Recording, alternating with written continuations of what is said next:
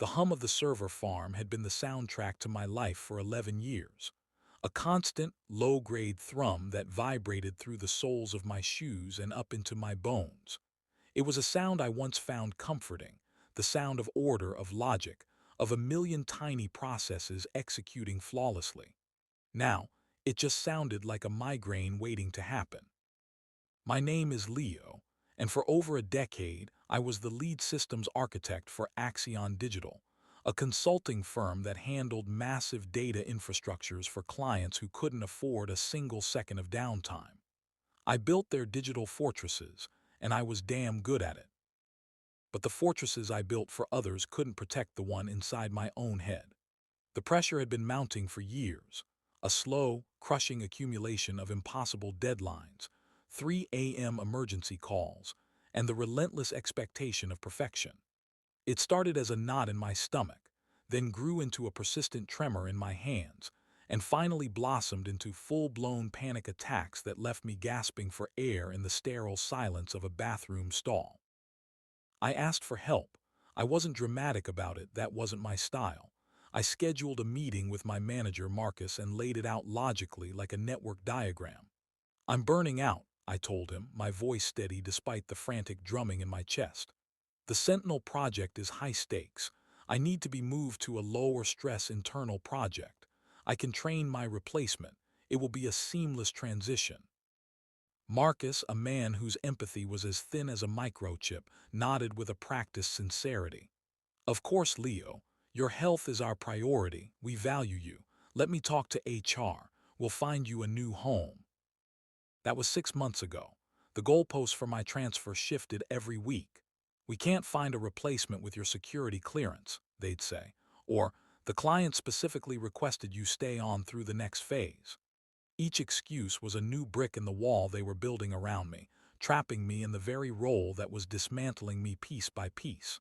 My pleas grew more desperate. The carefully constructed logic in my emails gave way to raw, unvarnished begging. I was drowning, and the people holding the life preserver were telling me to just hold on a little longer. The ambush came on a Tuesday morning.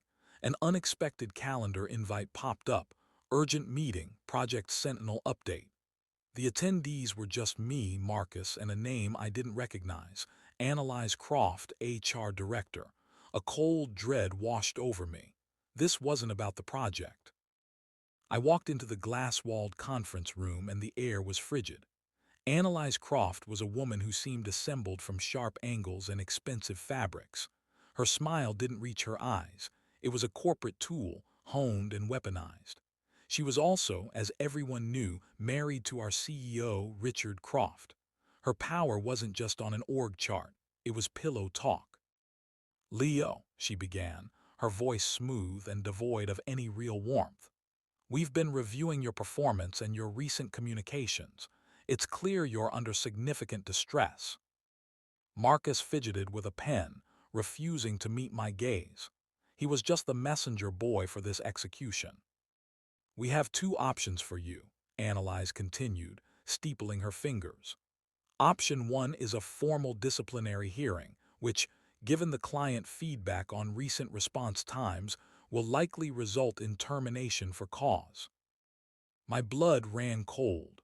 My response times had slipped by minutes, not hours, because I was triple-checking work my anxiety-riddled brain couldn't trust. They were twisting my diligence into negligence. "Option two," she said, leaning forward slightly, "is that we can support you in going on long-term disability. We have an excellent income insurance policy for senior staff." For months, I had been begging for a life raft. Now they were offering one, but only after pushing my head under the water. The mention of disability, of getting away from the constant pressure, sent a wave of relief so powerful it almost buckled my knees. I had good insurance. I could finally get the help I needed without worrying about financial ruin. "I'll take option two," I said, the words catching in my throat. "Thank you." A flicker of something, annoyance, surprise, crossed Annalise's face before the mask of professional concern snapped back into place. "Excellent," she said, her tone clipped. Then we'll need the completed disability paperwork from your doctor, today. I blinked. Today, analyze my psychiatrist, Dr. Evans, just got back from a 2-week leave. I spoke to her assistant yesterday. She has a massive backlog. There's no way she can get it done today. That's not my problem, she said, the smile completely gone now. The policy requires the paperwork to be filed in conjunction with the formal decision. If we don't have it by 5 p.m., we will have to default to option 1. The disciplinary hearing is already scheduled for tomorrow morning. Her eyes were like chips of ice. She wasn't helping me. She was issuing a final, impossible command. I suggest you drive to her office and get it done. The 2-hour drive to Dr. Evans' clinic was a surreal journey through a fog of anger and despair. The city traffic, a chaotic symphony of horns and screeching tires, mirrored the storm inside my head. For 11 years, I had poured my intellect, my creativity, and my life into Axion Digital. I had sacrificed weekends, holidays, and relationships for them. I had treated their clients' problems as my own, lying awake at night architecting solutions in my mind. In return, I was being discarded like a faulty piece of hardware. Analyze's demand was not just unreasonable, it was cruel. She knew it was a near impossible task. This wasn't about procedure.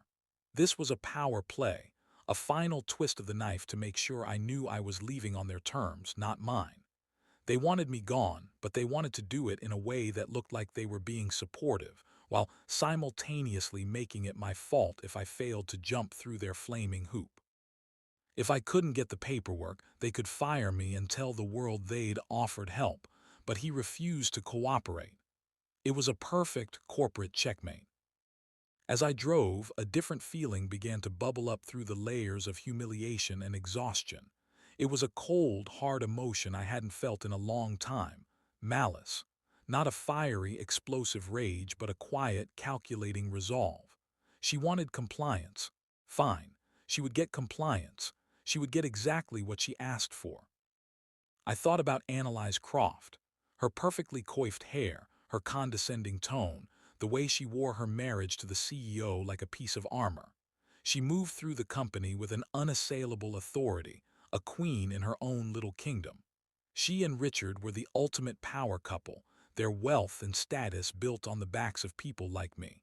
They lived in a sprawling mansion in the hills, hosted lavish parties, and vacationed in exotic locales, all while preaching a corporate culture of family and work-life balance. The hypocrisy was staggering. The malice crystallized into a plan. It wasn't complex. It was simple, elegant, and entirely dependent on one person, Dr. Evans. I knew my psychiatrist. Dr. Alana Evans was a sharp, no-nonsense woman in her 50s who had seen the brutal effects of corporate burnout culture up close for decades. She didn't just prescribe medication. She listened. She understood the intricate ways a toxic work environment could rewire a person's brain. And she had zero tolerance for bullies. I parked my car in the clinic's lot, my hands trembling slightly, but this time it wasn't from anxiety. It was anticipation. I walked into the waiting room, a calm, quiet space with soft lighting and abstract art on the walls. The receptionist looked at me with pity when I explained my situation. "I'm sorry, Mr. Vance," she said gently. "Dr. Evans is booked solid. There's absolutely no way." "I know," I interrupted, keeping my voice low and steady. "I don't need a full appointment. I just need 2 minutes of her time between patients. It's an emergency. Please just tell her it's Leo Vance and it's about my employer, Axion." She hesitated, then saw the look in my eyes. It wasn't the look of a man on the verge of a breakdown anymore. It was the look of a man on a mission. She picked up the phone. Dr. Evans saw me 5 minutes later. She slipped out of her office as another patient was leaving, her expression a mixture of concern and professional focus. She ushered me into a small, empty consultation room. "Leo, what's happened?" she asked, her voice calm but firm. "Claire said it was an emergency." I took a deep breath and laid it all out. The ambush meeting. The two options. Analyze Croft's name and her relationship with the CEO. The impossible demand for the paperwork by 5 p.m., I didn't embellish or editorialize. I just gave her the facts, my voice flat and devoid of the emotion that was churning inside me. I was an engineer reporting a critical system failure. As I spoke, I watched her face. Her initial concern hardened into a familiar, steely resolve I'd seen when she talked about fighting with insurance companies on behalf of her patients. Her eyes narrowed. She understood immediately that this wasn't a bureaucratic hiccup. This was a calculated act of corporate abuse. They threatened termination if you couldn't get this done today, she confirmed, her pen tapping a quiet, rhythmic staccato against her notepad. Yes, a disciplinary hearing is set for tomorrow morning. It's their out. And this Annalise Croft, the HR director, is the CEO's wife. Yes. She leaned back in her chair, a long, slow exhale escaping her lips. For a moment, she just looked at me, her gaze analytical, as if diagnosing a problem far more complex than my anxiety. She was seeing the whole picture, the years of overwork, the ignored pleas for help, and this final, cruel maneuver. This is unconscionable, she said, the words sharp and precise. They're manufacturing a reason for a for-cause termination to avoid a wrongful dismissal suit and unemployment claims, all under the guise of offering you help. It's grotesque. A weight I didn't even know I was carrying lifted from my shoulders. To be seen, to be understood so completely, was a powerful balm. I drove here because I felt like I had no other choice, I said, my voice finally cracking. I'm sorry to put you in this position. Don't you apologize, Leo, she said, her voice softening for a moment. This is not your fault. You are the patient. My responsibility is to you. She paused, then a wry, almost mischievous glint appeared in her eyes. I need to write an email to this woman. Given the circumstances, I might be inclined to be less than diplomatic. Do I have your permission to be rude to Ms. Croft on your behalf? The question hung in the air, a beautiful, perfect lifeline. It was more than permission to fight back. It was an offer of alliance. She wasn't just my doctor anymore. She was my champion. A genuine smile, the first one in months, spread across my face. Dr. Evans, I said, the malice from the car ride returning as a cool, pleasant hum in my veins. You have my permission to go for it. Be as rude as you feel is professionally appropriate. Oh, it will be perfectly professional, she replied, her own small smile matching mine. But the subtext will be crystal clear. She turned to the computer on the small desk, her fingers flying across the keyboard with a practiced efficiency. I couldn't see the screen, but I could imagine the words forming, calm, clinical, and utterly devastating. She was composing a diagnosis not of me, but of Axion Digital, and it was going to be terminal. I sat in the sterile silence of the consultation room, listening to the soft clicks of the keyboard. Each tap was a small act of rebellion, a chipping away at the corporate edifice that had nearly crushed me. I felt a strange sense of detachment, as if watching a scene from a movie. This wasn't just about getting my paperwork done anymore. It was about justice, delivered not by a lawyer in a courtroom, but by a psychiatrist in a quiet suburban clinic. Dr. Evans typed for what felt like an eternity but was probably no more than 10 minutes. She paused occasionally, rereading a sentence, her brow furrowed in concentration. She was choosing her words with the precision of a surgeon, ensuring each one would land with maximum impact. Finally, she stopped, took a deep breath, and hit send.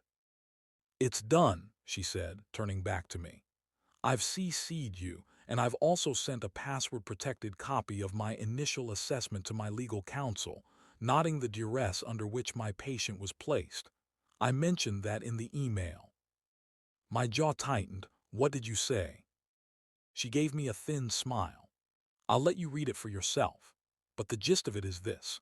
I expressed my profound concern over the company's unorthodox and medically inadvisable methods. I noted that demanding immediate, same-day completion of complex psychiatric assessments under threat of termination could be interpreted as a deliberate attempt to intimidate a vulnerable employee and interfere with their access to medical care. I also pointed out that such actions could create significant legal liability for the company under various labor laws and disability acts. She let that sink in. She had bypassed the emotional plea and gone straight for the jugular: liability. The one thing a company like Axion, a company run by the image-conscious Crofts, feared more than anything. I finished, she added, by stating that while I would, of course, complete the necessary paperwork, I would require a full week to do so properly, to ensure a thorough and accurate assessment of my patient, whose condition has been significantly exacerbated by what I termed a hostile and high-coercion work environment. I suggested that if they wished to expedite the process, they were welcome to communicate with my legal counsel directly. I stared at her, a slow, dawning sense of awe spreading through me. She hadn't just been rude. She had built a legal firewall around me in a single email. She had used their own corporate language of risk and liability against them, turning their weapon back on them with surgical precision. My phone buzzed in my pocket. It was an email from Annalise Croft. My heart hammered against my ribs as I opened it. The message was brief, a stark contrast to the usual verbose corporate speak.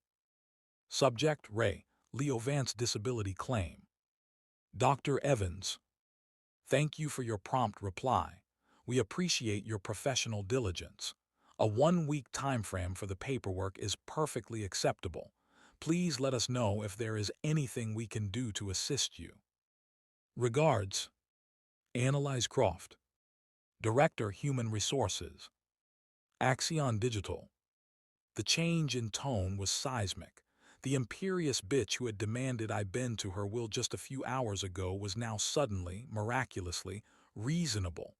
The threat of termination had vanished. The impossible deadline was gone. It was over. I had won.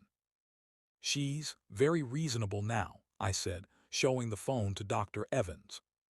She read the email and nodded, a look of grim satisfaction on her face. Amazing what happens when you remind people of the law, isn't it? Bullies only have power when you're afraid of them. They rarely have a plan for what to do when someone punches back, especially someone with MD after their name. I felt a surge of pure, unadulterated gratitude. I don't know how to thank you, I said, my voice thick with emotion. You can thank me by getting better, Leo, she said, her voice gentle again. Take this time. Disconnect from them completely. Focus on yourself. Let the lawyers and the doctors handle the monsters from now on. The drive home was the polar opposite of the drive out. The traffic was just as bad, the city just as loud, but I felt a profound, almost unnerving calm. The knot of anxiety that had lived in my stomach for years had finally dissolved. It was replaced by something else, something I hadn't allowed myself to feel for a long time, a quiet, simmering happiness. It wasn't just the relief of securing my disability leave. It was the satisfaction of the victory, however small. Annalise Croft had tried to break me, to force me into a corner where I had no choice but to scurry away, defeated. But she had miscalculated. She had underestimated me, and she had certainly underestimated my doctor. She had pushed too hard and in doing so had revealed her own vulnerability. The CEO's wife, the queen of Axion, was just as susceptible to fear as anyone else. Her fear was just of lawsuits instead of job loss. As I drove, my mind drifted to the bigger picture. I remembered a conversation I'd overheard a few weeks ago, hushed tones in the break room about our biggest client, Veridian Technologies. The Sentinel project was for them. It was a massive, multi-year contract worth tens of millions of dollars, the crown jewel of Axion's portfolio, and the rumors were that Veridian was unhappy. They were tired of the constant staff turnover, the missed deadlines that were always explained away with corporate jargon, and the escalating costs. They were exploring alternatives. My role on the Sentinel project wasn't just senior architect. I was the institutional memory. I had designed the core systems 5 years ago. I knew every line of legacy code, every workaround, every potential point of failure. I was the one they called when the junior engineers were stumped. My replacement, a bright but inexperienced kid named Ben, was still months away from being able to navigate the system's complexities without my guidance. By forcing me out so abruptly, Annalise and Richard Croft hadn't just removed a stressed employee. They had pulled the linchpin from their most critical project. My sudden, doctor-mandated absence would be a disruption they couldn't smooth over. Veridian would notice. And in their current state of dissatisfaction, a disruption like that could be the final straw. A slow, wicked smile spread across my face. It was a fuzzy, happy feeling, the kind of warmth that spreads through your chest after a shot of good whiskey. My malicious compliance, my 2-hour drive born of spite, wasn't just a drop in the bucket. It was the first pebble that starts an avalanche. I had given them years of my life, my loyalty, my health. They had repaid it with contempt. Now they were going to get their karma. It wouldn't come from me seeking revenge. I wouldn't have to lift another finger. It would come from the inevitable consequences of their own arrogance and cruelty. Their obsession with control, their need to win every small battle, was about to cost them the war. And the knowledge that their downfall would be a direct result of trying to crush me filled me with a sense of peace that was deeper and more satisfying than any therapy session. They were going to crash and burn, and it was going to hit them where it hurt the most. Their bank accounts, their reputation, their perfect little kingdom. The first few weeks of my disability leave were a strange limbo. I woke up every morning with the phantom stress of a workday ahead, my heart pounding with an anxiety that had no target.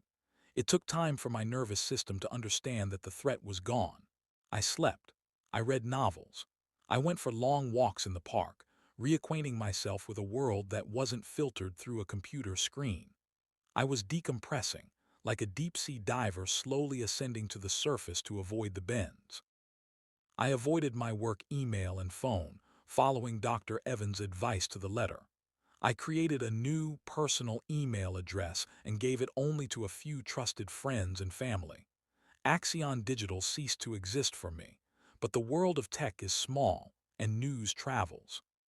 About a month into my leave, I got a call from an old colleague, Sarah, who had left Axion a year prior. "Leo, you're not going to believe this," she said, her voice a mix of shock and glee.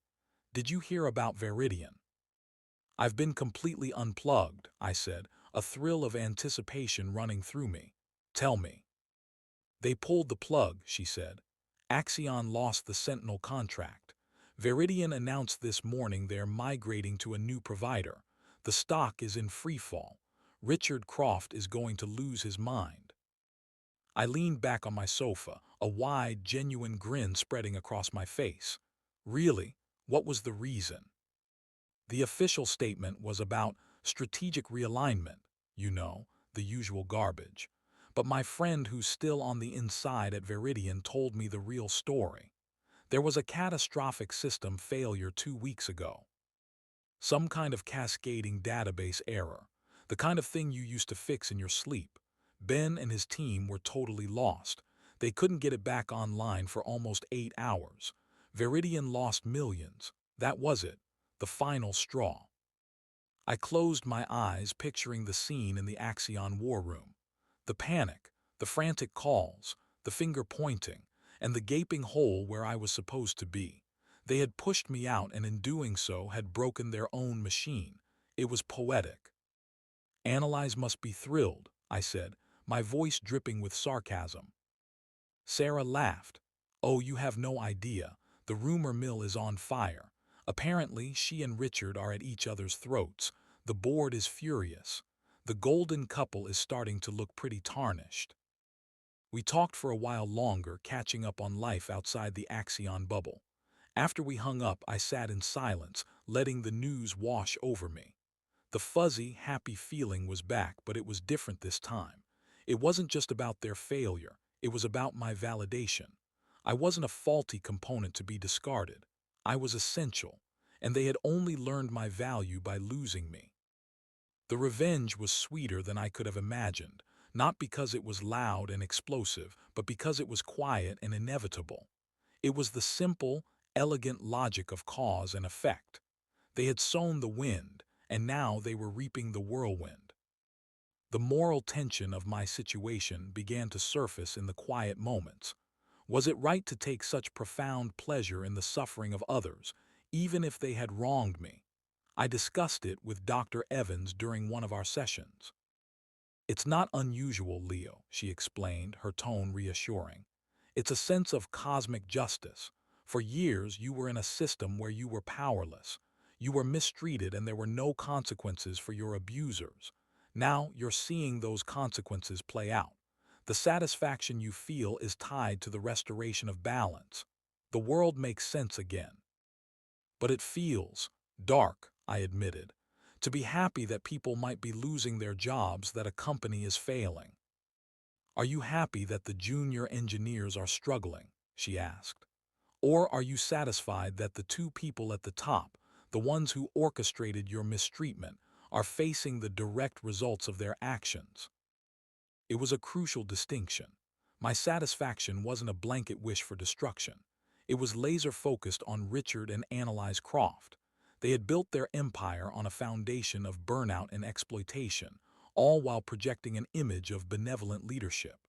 The collapse of Axion wasn't just a financial loss for them. It was the public dismantling of a carefully constructed lie. Their reputation, which they valued above all else, was being shredded. I started to see my emotional response not as a moral failing, but as a part of the healing process. The anger that had been turned inward for so long, manifesting as anxiety and self-doubt, finally had a healthy, external target. Acknowledging that anger, and the satisfaction that came with its resolution, was a way of validating my own experience.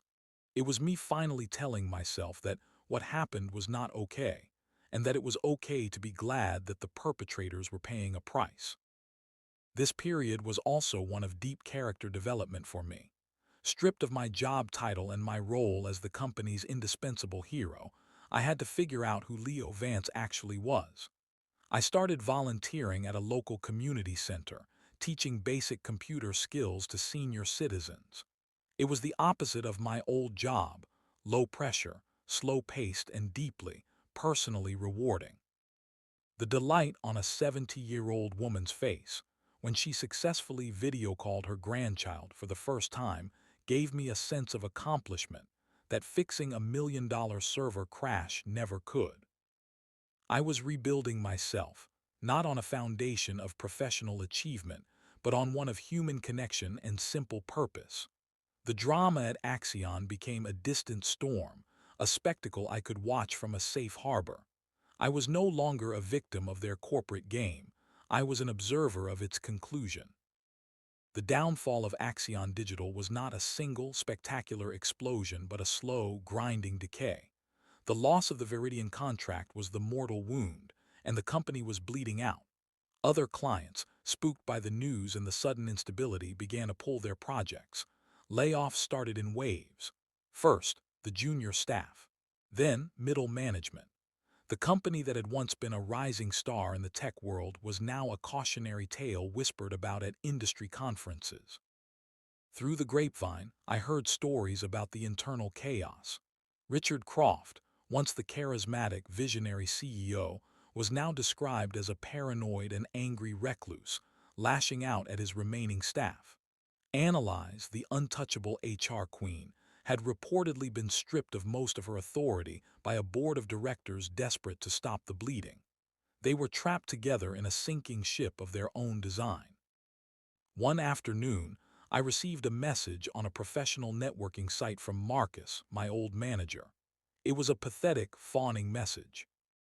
"Hey Leo, hope you're doing well. Heard you're taking some much-needed time off. Smart move. Things are crazy here. Listen, I was just thinking about that old database architecture you designed for the Phoenix project. We're having some issues and no one understands it like you do. Any chance you'd be open to a short-term consulting gig? Name your price." I read the message 3 times, a bitter laugh bubbling up inside me. The sheer, unmitigated gall. After being my executioner's assistant, after sitting silently while his boss threatened my career, he was now coming to me for help. They had discarded me, and now they wanted to rent the knowledge in my head because they were too incompetent to survive without it. I typed out a one-sentence reply. No. I hit send and then blocked his profile. There was no malice in the act, no anger. There was only the quiet satisfaction of closing a door that should have been closed long ago. They had made their choice. They had decided I was disposable. Now, they had to live with the consequences of that decision. My knowledge, my skills, my help, those were things I now reserved for people who treated me with basic human decency. Axion had forfeited that right forever. This small act of refusal felt more powerful than Dr. Evans' email. That had been a counterattack, a defensive move. This was a statement of my own worth. I was not a resource to be tapped. I was a person who had moved on. My revenge was no longer about watching them fail. It was about my own success in building a life where they no longer mattered. About a year after I left Axion, the final chapter of their story was written. The company was acquired for pennies on the dollar by a larger, faceless corporation. Its assets were absorbed. Its brand was dissolved, and its name vanished from the industry landscape. Richard and Annalise Croft were forced out, their golden parachutes reportedly much smaller than they had hoped for due to the company's abysmal performance. I saw a photo of them online once, taken at some minor social event. They looked smaller, diminished. The arrogant confidence was gone, replaced by the tight, brittle smiles of people who had lost their kingdom and were trying to pretend it didn't matter. The sight didn't bring me the jolt of pleasure I might have expected. Instead, I felt a kind of detached pity. They were just two more casualties of a toxic culture they had helped create, consumed by the very machine they had built. My own life had taken an unexpected turn. The volunteering at the community center had sparked an idea. I saw how intimidated many older people were by technology and how much they could benefit from it if it were made accessible. With a small business loan and the help of a friend, I started a small consulting firm of my own called Patient Tech. We didn't work with massive corporations. We worked with nursing homes, community centers, and individuals, setting up simple, user-friendly tech solutions, teaching them how to connect with family, and providing patient, on-call support. The work was meaningful. The hours were my own. The pressure was gone. For the first time in my adult life, I was building something not for profit or prestige, but for people. My anxiety hadn't vanished entirely. It was a part of my wiring now, but it was manageable. It was a quiet hum in the background, no longer the screaming siren it had once been. I realized that the ultimate revenge wasn't their failure, but my own recovery and reinvention. They had tried to define me by my breaking point, to write me off as a damaged employee. But they had failed. I had taken the pieces of the life they had shattered and built something stronger and more authentic. My happiness was the one consequence they could never have predicted. Sometimes I think about that Tuesday morning in the glass-walled conference room. I think about Annalise Croft's icy stare and her impossible demand. In my memory, it no longer feels like a moment of utter defeat. It feels like a moment of liberation. Her act of cruelty was the catalyst that forced me off a path that was slowly killing me. Her malice was the unintentional gift that set me free. My revenge was not a single act but a long, quiet process. It was the 2-hour drive to my doctor's office. It was the perfectly worded email that exposed their legal vulnerability. It was the inevitable collapse of a company that valued profits over people. But most of all, it was the slow, steady work of rebuilding my own life, finding purpose outside the soul-crushing confines of their world. There is no triumphant ending where I confront them and they beg for my forgiveness. Real life is rarely so cinematic. They have likely forgotten my name, just one more piece of collateral damage in their spectacular fall from grace. And that, in itself, is a victory.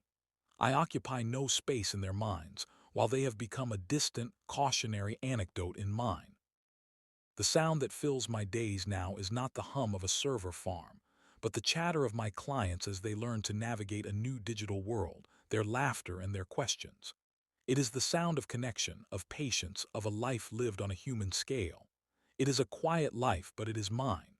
And in the end, living it well, peacefully, and purposefully was the most profound and lasting revenge of all. They took my career, and in return, I got my soul back. It was, by any measure, a terrible trade for them and a miraculous one for me.